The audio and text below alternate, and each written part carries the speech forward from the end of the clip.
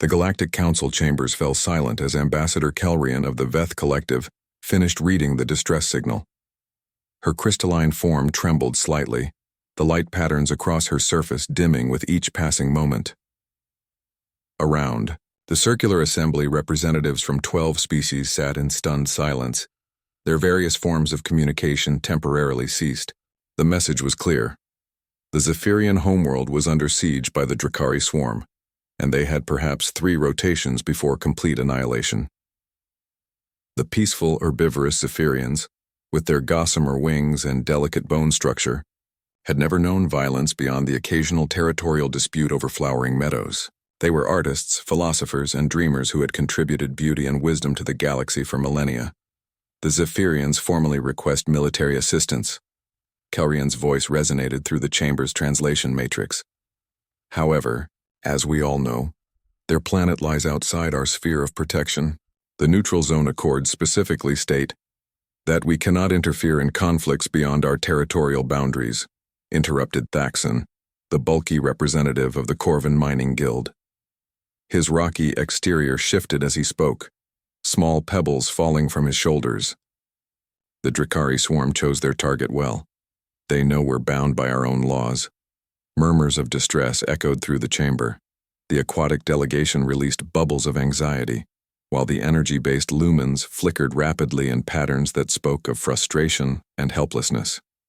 "What of the enforcement species?" asked Prelate Isara of the Ethereal Collective, her translucent form hovering above her designated space. "Surely the Titan Guard, or the Hegemony warfleets are engaged in their own territorial disputes," Kelrian replied, her light patterns now a deep amber of resignation.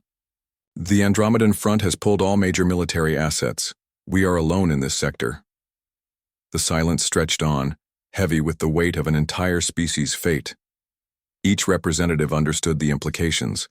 The Drakari swarm didn't just conquer worlds. They consumed them entirely, leaving nothing but dead rock and the echoing screams of the devoured. The Zephyrians would become another tragic footnote in galactic history. That's when the chamber doors burst open. Captain Sarah Chen strode in without ceremony, her heavy combat boots echoing against the crystalline floor. Behind her walked Commander Marcus Webb and Lieutenant Zara Okafor, their human forms looking absurdly solid and dense compared to the assembled aliens. The 3 wore the deep blue uniforms of the Terran Expeditionary Force, a relatively new addition to galactic politics. "Sorry we're late," Sarah said, not sounding sorry at all.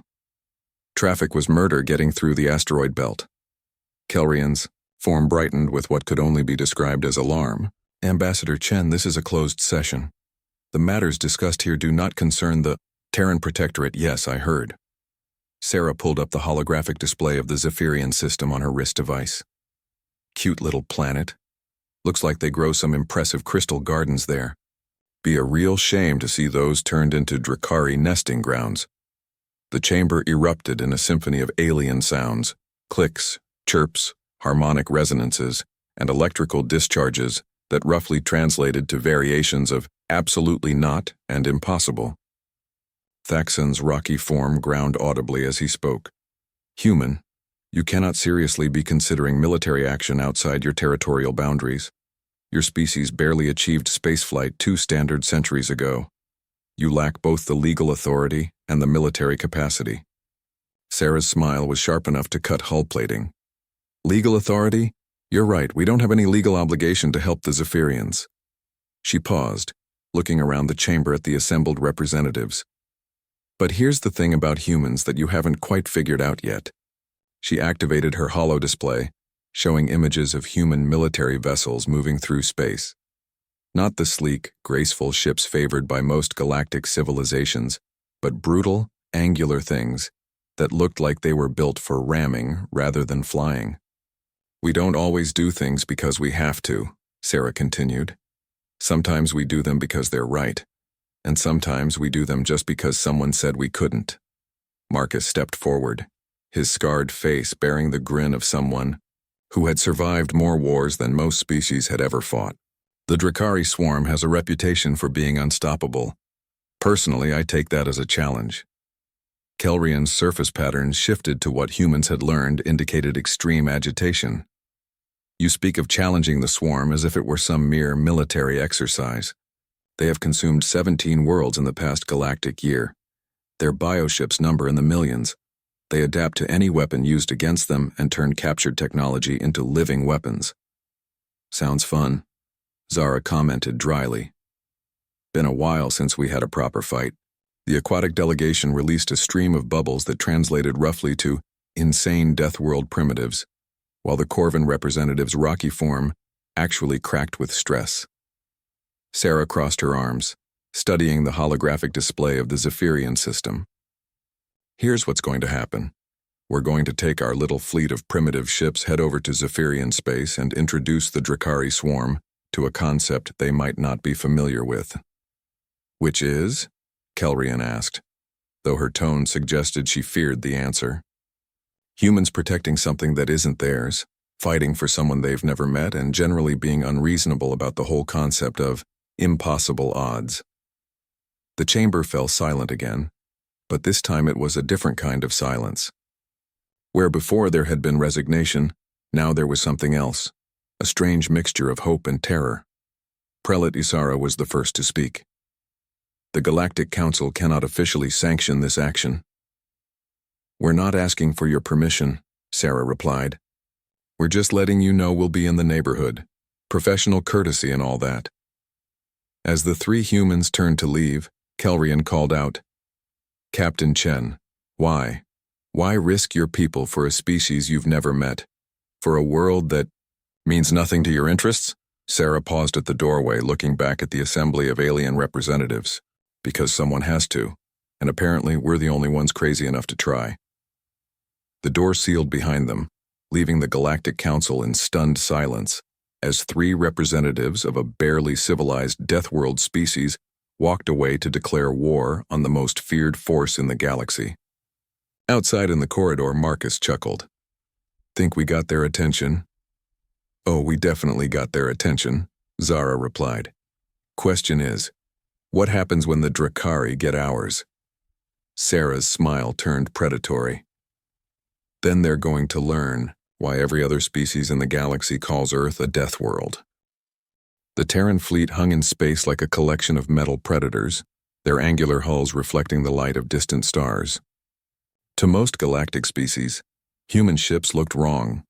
Too aggressive, too heavily armored, too willing to sacrifice elegance for raw destructive power. Where other civilizations built vessels that could double as art pieces, humans built things that looked like they belonged in a scrapyard until they opened fire. Admiral Rebecca Torres stood on the bridge of the TES Defiance, her weathered hands clasped behind her back as she studied the tactical display. 43 ships ranging from massive dreadnoughts to nimble destroyers, all bristling with weapons that other species considered barbarically direct. No elegant energy manipulation, no sophisticated gravitational fields, just kinetic cannons, missile pods, and fusion warheads designed to solve problems through the simple application of overwhelming violence. Admiral, we're receiving transmissions from the Zephyrian homeworld, reported Communications Officer Liu. It's not good, the main display shimmered, revealing the ethereal beauty of Zephyr Prime. Crystal spires reached toward lavender skies, their surfaces covered in bioluminescent gardens that pulsed with soft light. Between the city's vast meadows of silver grass swayed in gentle breezes, dotted with the gossamer forms of Zephyrians tending to their aerial sculptures. But even as they watched, dark shapes began descending from orbit. The Drakari bioships looked like living nightmares, pulsing organic monstrosities the size of small moons. Their surfaces writhed with what looked like veins, pumping some dark fluid through their hulls. Tentacle-like appendages sprouted from their undersides, already beginning to release the first wave of Drakari assault forms. Jesus, whispered Tactical Officer Rodriguez. Intelligence reports said they were big, but those things are massive. Size isn't everything, Torres replied, though her voice carried a grim edge. Liu, any response from the Zephyrian Defense Forces? They don't have any, Admiral. Their entire military consists of a dozen lightly armed patrol craft designed for search and rescue operations. They're already requesting evacuation assistance. The bridge crew exchanged glances. They'd known the Zephyrians were peaceful, But the reality of facing a species with no concept of warfare hit differently when you could watch the slaughter beginning in real time. ETA to the system? Torres asked. 18 hours at maximum burn, replied the navigation officer. Too long. Torres turned to her XO, Commander Blake Harrison. Blake, prep the rapid response wing. I want Captain Chen's destroyers and the assault carrier Normandy ready to jump ahead of the main fleet. Harrison frowned. Admiral, sending a light force against that many bioships is suicide. Our entire fleet would be outnumbered at least 50 to 1, which is exactly why we're not going to fight them head-on, Torres said, her smile cold as vacuum. We're going to introduce them to something humans excel at, which is being unreasonably stubborn and creatively violent when someone threatens innocent people. An hour later, the rapid response wing made the jump to Zephyr Prime. Captain Sarah Chen stood on the bridge of her destroyer, the test relentless, watching as space twisted around them. The sensation of FTL travel still felt like being turned inside out and reassembled, but humans had adapted to it with their usual pragmatic acceptance of unpleasant necessities. Jump complete, reported her navigation officer. We're at the edge of the Zephyrian system. The displays immediately lit up with contacts. Hundreds of them, all bearing the organic signatures of Drakari bioships. The alien vessels moved with predatory grace, their living hulls pulsing with bioluminescent patterns that spoke of hunger and anticipation. Communications. Hail the lead bioship, Sarah ordered. Ma'am? Her communications officer looked confused. The Drakari don't typically engage in pre-battle dialogue. Today they do. Sarah's smile was sharp. I want to introduce myself. The main screen flickered, revealing the interior of a Drakari bioship. The walls were clearly organic, pulsing with veins and covered in a slimy secretion that reflected the dim light. At the center of the command space, a creature that barely qualified. As humanoids studied them with compound eyes that held the cold intelligence of an apex predator, the Drakari swarm leader spoke in clicks and chittering sounds that the translation matrix struggled to process. When it finally came through, the voice was like grinding metal over broken glass. Small metal shells carrying meat, the creature said, its mandibles clicking in what might have been amusement. You are not Zephyrian.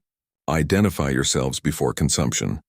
Captain Sarah Chen, Terran Expeditionary Force, Sarah replied calmly. I'm here to inform you that you're trespassing in territory under human protection. The swarm leader's compound eyes actually seemed to focus on her. Humans, yes. The violent mammals from the small blue world. Your species is noted for its aggression and irrationality. However, this world does not belong to your territory. Your legal authority here is non-existent. You're absolutely right, Sarah agreed cheerfully. We have no legal authority here whatsoever. No territorial claim, no formal alliance with the Zephyrians, no galactic mandate to interfere. The alien's head tilted, clearly not expecting this response. Then why do you— Because we don't like you, Sarah interrupted. Because the Zephyrians make beautiful art and you destroy beautiful things. Because you're bullies who pick on peaceful species that can't fight back. And mostly because someone needs to teach you that the galaxy doesn't belong to you just because you're hungry. The swarm leader's mandibles clicked rapidly, definitely amusement this time. 43 small ships against the might of the swarm. Your mathematics are as poor as your reasoning, meat creature. Maybe, Sarah admitted. But here's something about humans you should know. We don't just fight to win. Sometimes we fight to make a point. And sometimes we fight because it's Tuesday and we're feeling cranky. She gestured to her tactical officer. Fire a warning shot across their bow. Ma'am, they don't have a bow. It's an organic ship. Then fire a warning shot across their gross tentacle thing. A single kinetic round shot through space, close enough to the lead bioship to make it flinch. Actually flinch, like a living creature avoiding a blow. The round continued past, striking a small asteroid and reducing it to glittering debris. That, Sarah said pleasantly, was us being polite. The next one won't miss. So here's your choice. Leave the Zephyrians alone and find somewhere else to feed. Or learn why every other species in the galaxy calls our planet a death world. The swarm leader's laughter sounded like breaking glass. Amusing. Your threats mean nothing to the swarm. We have consumed worlds with defenses far greater than— But none like us. Sarah cut him off. See, other species fight to defend territory or resources or strategic positions. Humans? We fight for weird reasons that don't make sense to anybody else. We fight for people we've never met because we think it's the right thing to do. We fight hopeless battles because someone told us they were hopeless. And we fight dirty, mean, and with complete disregard for what's supposed to be possible. The transmission cut out as the bioship closed the channel. On the tactical display, the Drakari fleet began moving toward them, with the inexorable certainty of an avalanche. "All ships, this is Chen," Sarah announced over the fleet channel. "Remember, we're not here to win a conventional battle. We're here to be such an enormous pain in their collective ass that they decide the Zephyrians aren't worth the trouble." "And if that doesn't work?" asked Captain Morrison from the assault carrier. Sarah's grin was visible in her voice. "Then we're about to give the galaxy the most entertaining last stand in recorded history." The space around Zephyr Prime erupted into chaos as the human fleet engaged the Drakari swarm. What should have been a brief, one-sided massacre instead turned into something that would be studied in military academies for generations to come.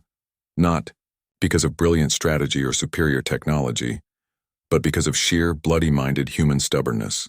Captain Sarah Chen watched her tactical display as the TS Relentless danced between bioships 10 times its size, her destroyer's engines screaming at redline as they avoided tentacle strikes that could crush her hull like an eggshell. Human ships weren't faster than Drakari bioships, but they were more maneuverable, designed by a species that had learned to fight in asteroid fields and planetary rings where one wrong move meant death. "Torpedo spread, target that cluster of feeding vessels," Sarah barked. The missiles streaked out, their warheads designed not to destroy, but to disrupt.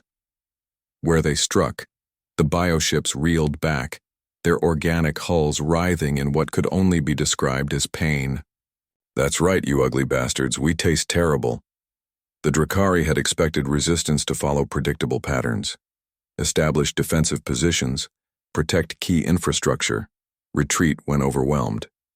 Instead, the human fleet scattered across the system like angry wasps, striking targets that made no tactical sense but maximum psychological impact. Lieutenant Commander Torres aboard the fast attack craft Mosquito had taken her ship directly into the middle of a bioship formation and was firing her point defense cannons at anything that moved. Her weapons weren't powerful enough to seriously damage the massive creatures, but they were incredibly annoying, like mosquito bites that wouldn't stop itching. "Torres, what's your status?" came Chen's voice over the comm. "Having the time of my life, Captain," Torres replied as her ship spiraled around a bioship's tentacle, raking its surface with laser fire. "These things really don't like it when you target their sensor clusters. I think I just made one of them sneeze."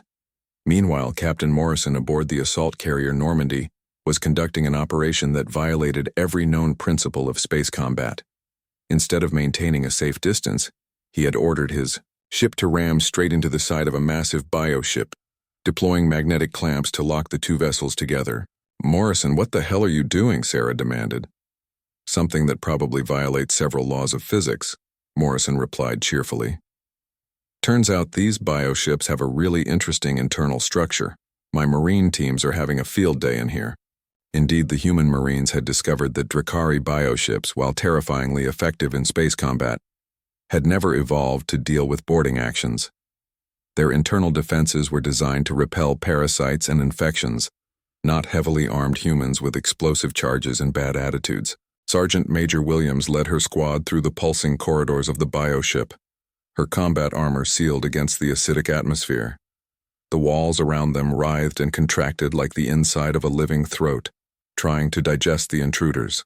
"I've seen worse," Williams commented as she placed a demolition charge on what looked like a major nerve cluster. "Remember that horror movie marathon we had on Titan Station? This is just Tuesday compared to that." The charge detonated and the entire bioship convulsed. Somewhere in its organic brain, pain receptors that had never been triggered before sent screaming signals that roughly translated to, "Things that aren't food are eating me from the inside." Back in space, the Drakari swarm leader was experiencing something it had never felt before: doubt. The humans should have been dead by now. Their ships were smaller, less numerous, and their weapons seemed almost primitive compared to the bio-engineered perfection of the swarm, yet somehow, impossibly, they were still fighting. More troubling was the effect the battle was having on the swarm itself. Drakari were conditioned for overwhelming victory against lesser species. They were not equipped to handle an enemy that seemed to treat mortal danger as an amusing challenge. The humans weren't just fighting, they were enjoying it. Their communications channels buzzed with laughter, creative profanity, and what could only be described as constructive criticism of Drakari anatomy. Several bioships had actually flinched away from human vessels, an autonomic response that their captains couldn't override. "This is impossible," the swarm leader chittered to its tactical coordinator. "They are outnumbered 10 to 1. Their losses should be catastrophic."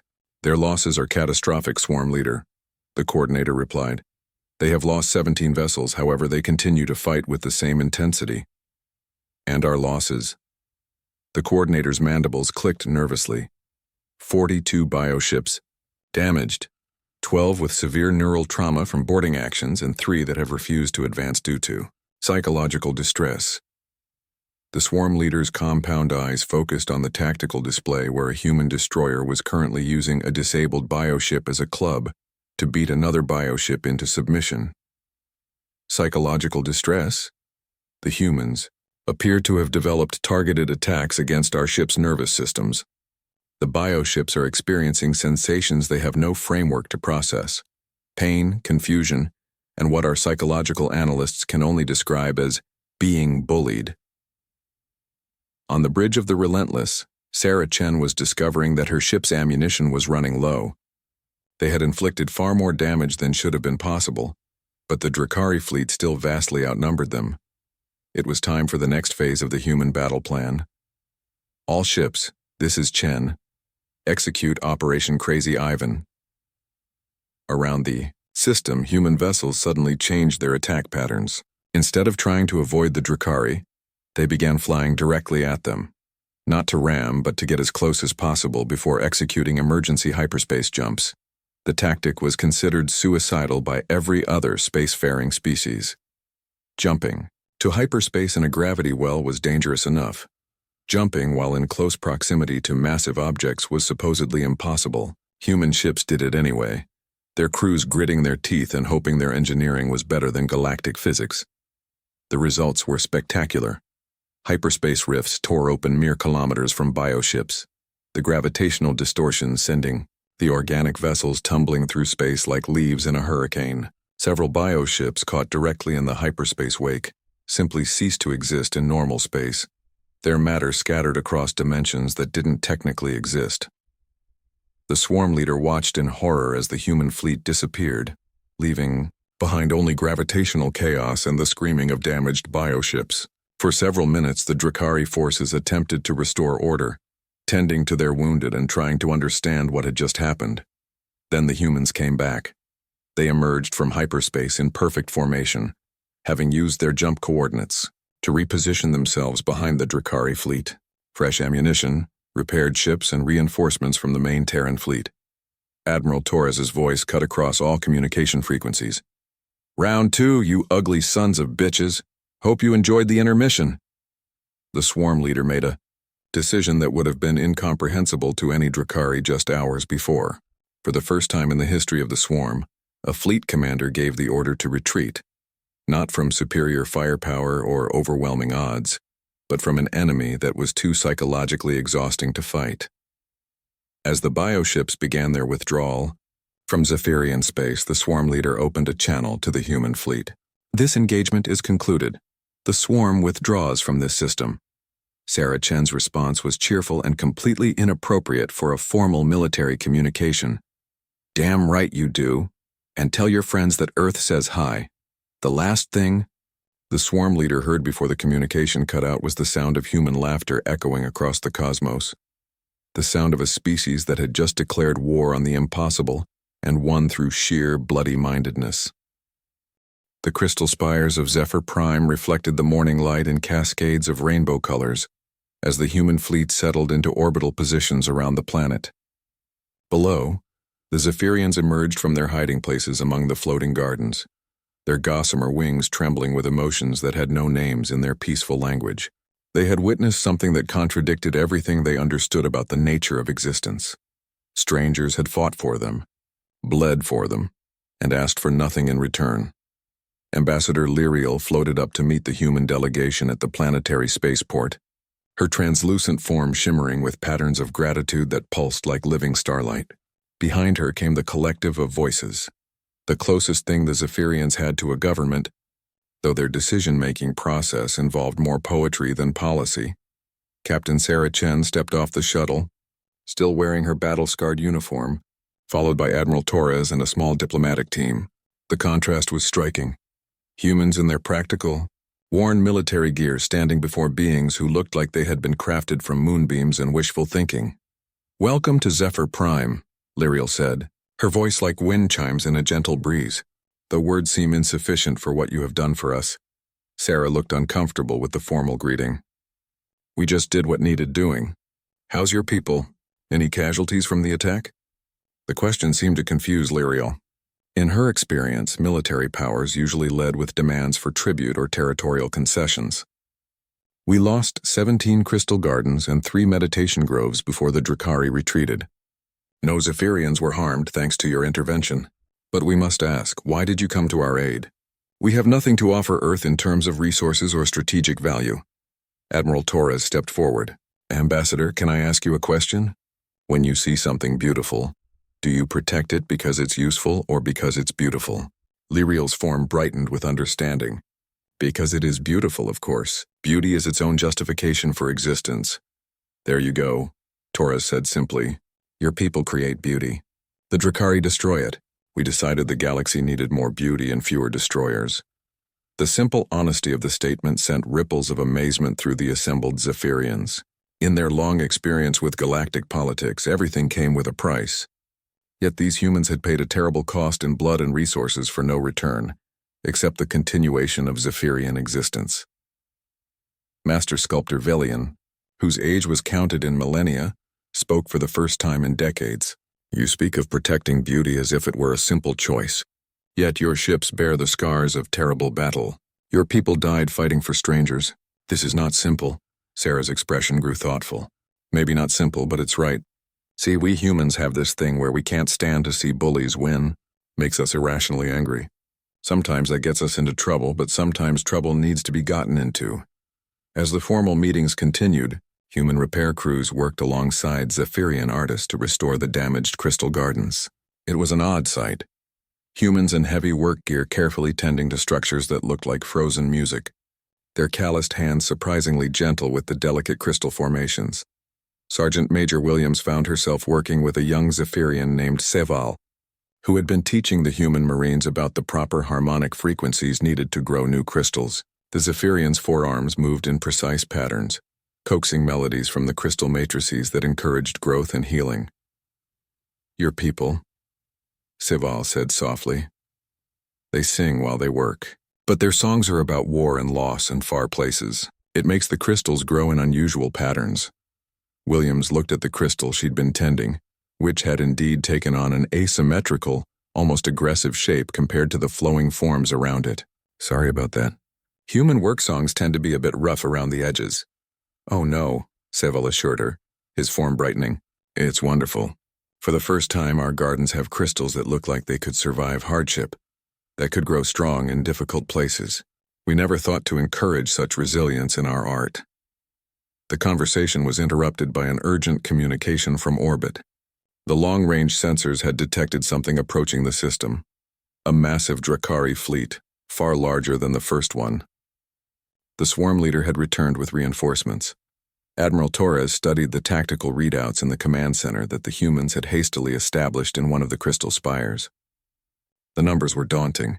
Over 300 bioships, including several massive command vessels that dwarfed anything they'd faced before. "They're really not happy about losing to us," Captain Chen observed, her tone admiringly professional. "That's a serious commitment to revenge." Torres nodded grimly. "More than we can handle with our current force. We've got maybe 50 operational ships after repairs, and half of those are running on spare parts and wishful thinking." The Zephyrian leadership had gathered in the chamber, their forms dimmed with distress. Lyriel spoke for all of them. "You must leave. You have done more than enough for us. We will not be responsible for the destruction of your fleet." "Respectfully, Ambassador," Sarah said. That's not your call to make. This is still our fight, your fight. Master Sculptor Velian's ancient voice carried a note of confusion, but you said yourself that this was not your territory, not your people. It became our fight the moment we decided it was our fight, Sarah replied. That's how it works with humans. We're really bad at minding our own business when someone needs help. Torres was already working on tactical solutions. We can't win a straight engagement, but we don't have to. The main Terran battle fleet is 18 hours out. If we can hold for that long, we'll have enough firepower to make this a real fight. 18 hours against those odds? Chen shook her head. That's not a battle plan, that's a suicide pact with extra steps. Got a better idea? Sarah's grin was sharp and familiar. Actually, I do, but it's going to require some cooperation from our new friends here. And it's probably going to violate several laws of physics along with most concepts of common sense. She turned to Lyriel and the assembled Zephyrians. How well do you know your own planet's harmonic frequencies? And more importantly, how loud can your crystal gardens sing when you really need them to? The implications of her question sent ripples of excitement through the crystal chamber. For the first time in their peaceful existence, the Zephyrians were being asked to turn their greatest art form into a weapon, not of destruction, but of protection. As the massive Drakari fleet approached, the humans and Zephyrians worked together on something that had never been attempted before, turning an entire planet into a musical instrument of war. The Drakari swarm was about to learn that there was more than one way to fight, and that humans weren't the only ones capable of defending beauty with deadly creativity. The stage was set for a battle that would be remembered not for its violence, but for the moment when art and war discovered they could sing the same song. The surface of Zephyr Prime hummed with an energy that had never existed before. Across the entire planet, crystal gardens that had grown for millennia began to resonate in harmony, their frequencies carefully tuned by Zephyrian masters working alongside human engineers. What had started as individual works of art were now becoming components in the largest musical instrument ever created. Dr. Elena Vasquez, the fleet's chief science officer, stood in the main crystal grove with Master Sculptor Velian, watching as delicate crystal formations began to pulse with stored energy. Her equipment registered harmonic frequencies that shouldn't have been possible, patterns that defied several laws of physics and made her instruments question their own readings. This is incredible, she murmured, adjusting her sensors. The resonance cascade is building exponentially. How are you channeling this much energy without the crystal shattering? Velian's ancient form shimmered with concentration as he guided the harmonic patterns through movements that looked more like conducting a symphony than operating technology. Music is not about force, Dr. Vasquez. It is about finding the frequency where everything wishes to sing together. Your people understand this even if you express it through violence. Above them, the human fleet had taken position in what Admiral Torres privately called the bait formation, spread out enough to look vulnerable, close enough to the planet to benefit from whatever the Zephyrians and her science teams were cooking up. Her ships hung in space like broken toys, many still bearing the scars of the previous battle, their crews running on stimulants and stubborn determination. Admiral, reported Lieutenant Park from the sensor station, Drakari fleet is entering the outer system. 347 bioships confirmed, including 12 command vessels. ETA to planetary orbit 4 hours. Torres nodded, her expression calm despite the impossible odds. All ships maintain defensive positions. Remember, we're not trying to win this fight. We're trying to survive it long enough for our real weapons to warm up. On the Tess Relentless, Captain Sarah Chen was reviewing the most unusual battle plan she'd ever been part of. Instead of targeting enemy weak points or establishing fields of fire, her tactical display showed harmonic resonance patterns and acoustic amplification zones. It was like preparing for a concert that might accidentally save the world. Chen to all ship commanders, she announced over the fleet channel. I know this sounds insane, but when the music starts, I need everyone to follow the rhythm. The Zephyrians are about to turn their entire planet into a weapon, and we need to be dancing to the right tune when it happens. Captain Morrison's voice crackled back from the Normandy. Sarah, please tell me we're not about to fight a space battle using interpretive dance. Worse, Sarah replied cheerfully. We're about to fight a space battle using a planet-sized organ pipe. Try not to think about it too hard. The Drakari fleet approached with the confidence of overwhelming superiority. Swarm leader Vorthak, promoted after the previous commander's failure, studied the human defensive formation with the satisfaction of a predator who had cornered its prey. The humans had fewer ships than before, many clearly damaged, positioned around a world with no significant orbital defenses. "This will not be like the previous engagement," Vorthak announced to the fleet commanders. "The meat creatures will be consumed completely. No retreat, no survivors, no mercy." The bioships moved into attack formation, their organic hulls pulsing with anticipation. The massive command vessels positioned themselves to observe the slaughter, their sensor clusters already recording data for the consumption protocols that would follow. That's when Zephyr Prime began to sing. It started as a whisper, a barely audible hum that registered on the Drakari sensors as background noise. Then it grew, building in complexity and power as crystal gardens across the planet joined their voices in a harmony that had been designed over thousands of years of artistic evolution. The sound was beautiful beyond description and absolutely lethal to organic technology. Dr. Vasquez watched her instruments in amazement as the harmonic frequencies built into a crescendo that vibrated through space itself. "The resonance is propagating through the quantum foam," she reported to Admiral Torres. "It's turning the entire local spacetime into a conducting medium." The effect on the Drakari bioships was immediate and catastrophic.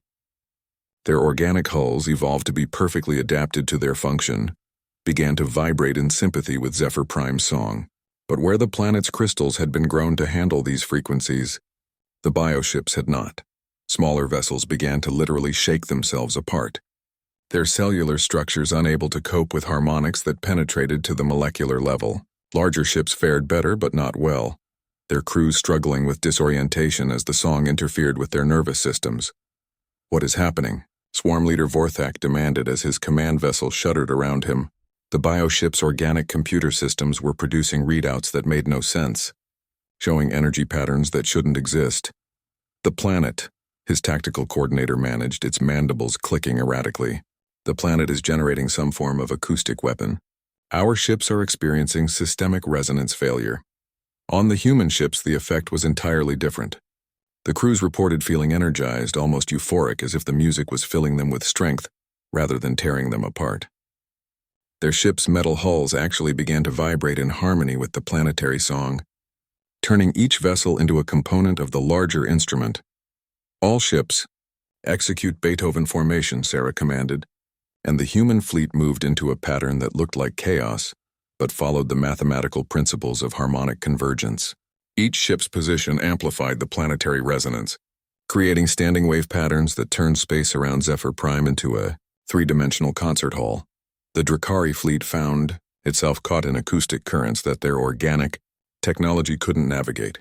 Ships that tried to advance were pushed back by wave fronts of crystallized sound. Vessels that attempted to retreat discovered that the harmonic field extended far beyond the planet's atmosphere. "Impossible," Vorthak chittered, watching as his fleet was slowly torn apart by weaponized music. "Sound cannot propagate through vacuum." He was technically correct, but the Zephyrians weren't propagating sound through vacuum. They were using the quantum substrate that underlay reality itself as their medium. Their crystals had been grown over millennia to tap into frequencies that existed at the foundation of space-time, and humans had given them a reason to sing those songs at full volume. Master Sculptor Velian stood in the central crystal grove, his ancient form glowing with power as he conducted the planetary symphony. Around him, thousands of Zephyrians added their voices to the song, each one contributing harmonies that had been passed down through generations of artists. "How long can we maintain this?" Dr. Vasquez asked, her instruments showing energy levels that should have been impossible to sustain. "As long as beauty must be defended," Velian replied, his voice somehow audible over the cosmic orchestra. "This is what we were meant to do, not to fight, but to sing so beautifully that even darkness must listen." In space above, the Drakari fleet was learning that there were forms of power that couldn't be consumed, adapted to or overcome through simple violence. They were being defeated not by superior weapons or better tactics, but by the combined artistic achievement of an entire civilization focused on a single, perfect song. It was the most beautiful weapon ever created, and it was winning a war that nobody thought could be won. 6 months after the Battle of Zephyr Prime, as historians would later call it, The galaxy had changed in ways that no one could have predicted. The Galactic Council chambers buzzed with activity as representatives from across known space gathered to witness something unprecedented. The formal establishment of the Harmony Defense Pact. Ambassador Kelrian of the Veth Collective stood at the central podium, her crystalline form reflecting the light patterns of dozens of species. Around the chamber, delegates who had once considered each other too alien for meaningful cooperation now shared seating areas and translation protocols. The presence of humanity had somehow catalyzed something that millennia of diplomacy had failed to achieve. Events at Zephyr Prime have demonstrated that defensive cooperation between radically different species is not only possible but devastatingly effective, Kelrian announced. The Harmony Defense Pact represents a new philosophy, that protecting beauty and diversity is a strategic advantage, not a sentimental weakness. At the human delegation table, Admiral Rebecca Torres tried to look dignified while suppressing a smile. The formal language couldn't hide the simple truth. The galaxy had realized that humans were really good at making friends with everyone except bullies, and bullies were becoming an endangered species.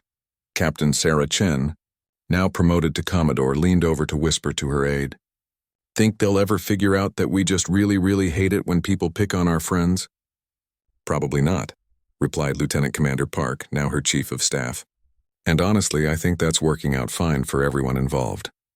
The Drakari swarm had become the first casualty of this new galactic philosophy. Word had spread quickly through their territory. The meat creatures from the blue world didn't just fight for themselves, they fought for anyone who asked for help. More importantly, they were very good at making that help extremely unpleasant to oppose. Swarm leader Vorthak, the sole survivor of the second Zephyr Prime engagement, had delivered a report to the Drakari High Command that read like the fever dream of a broken mind. Planets that sang with voices that could shatter bioships, humans who treated impossible odds as a personal challenge, space-time itself being turned into a musical instrument. The High Command had declared him psychologically compromised and assigned him to a deep space observation post where his ravings couldn't contaminate other swarm leaders.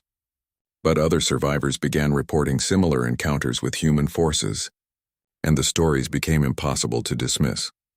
The Terran Expeditionary Force had grown from a small exploration fleet to the most requested military assistance force in galactic history. Their operational philosophy remained unchanged: show up uninvited, fight for people they'd never met, and leave behind friends where once there had been enemies. Dr. Elena Vasquez had been awarded the Galactic Science Council's highest honor for her work in developing harmonic resonance warfare, though she insisted on sharing the award with Master Sculptor Velian and the entire Zephyrian artistic community. Her research station on Zephyr Prime had become a pilgrimage site for scientists and artists alike, studying the intersection of beauty and defensive capability. "The applications are endless," she explained to a gathering of researchers from 12 different species. "The Aquatic Collective has developed water-based harmonic systems that can create defensive barriers around their cities. The Corvin Mining Guild discovered that their crystal-cutting techniques can be adapted to disrupt bioship neural networks. Even the energy beings are contributing. They're teaching us how to propagate harmonic frequencies through subspace.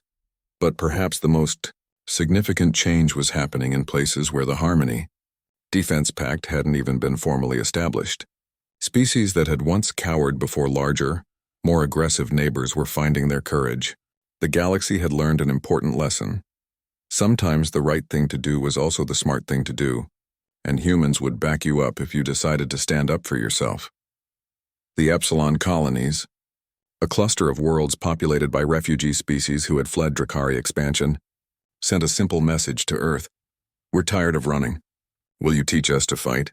The human response was immediate and typical: "Pack a lunch. This is going to take a while, and we're all going to get very good at being unreasonable together." On Zephyr Prime itself, the Crystal Gardens had grown in ways that defied their creators' expectations. Human work songs and military hymns had introduced new harmonic patterns that produced crystals with unprecedented durability. Zephyrian art was evolving to incorporate the concept of defensive beauty, art that was gorgeous to behold and absolutely lethal to those who would destroy it. Master Sculptor Velian had become something of a celebrity.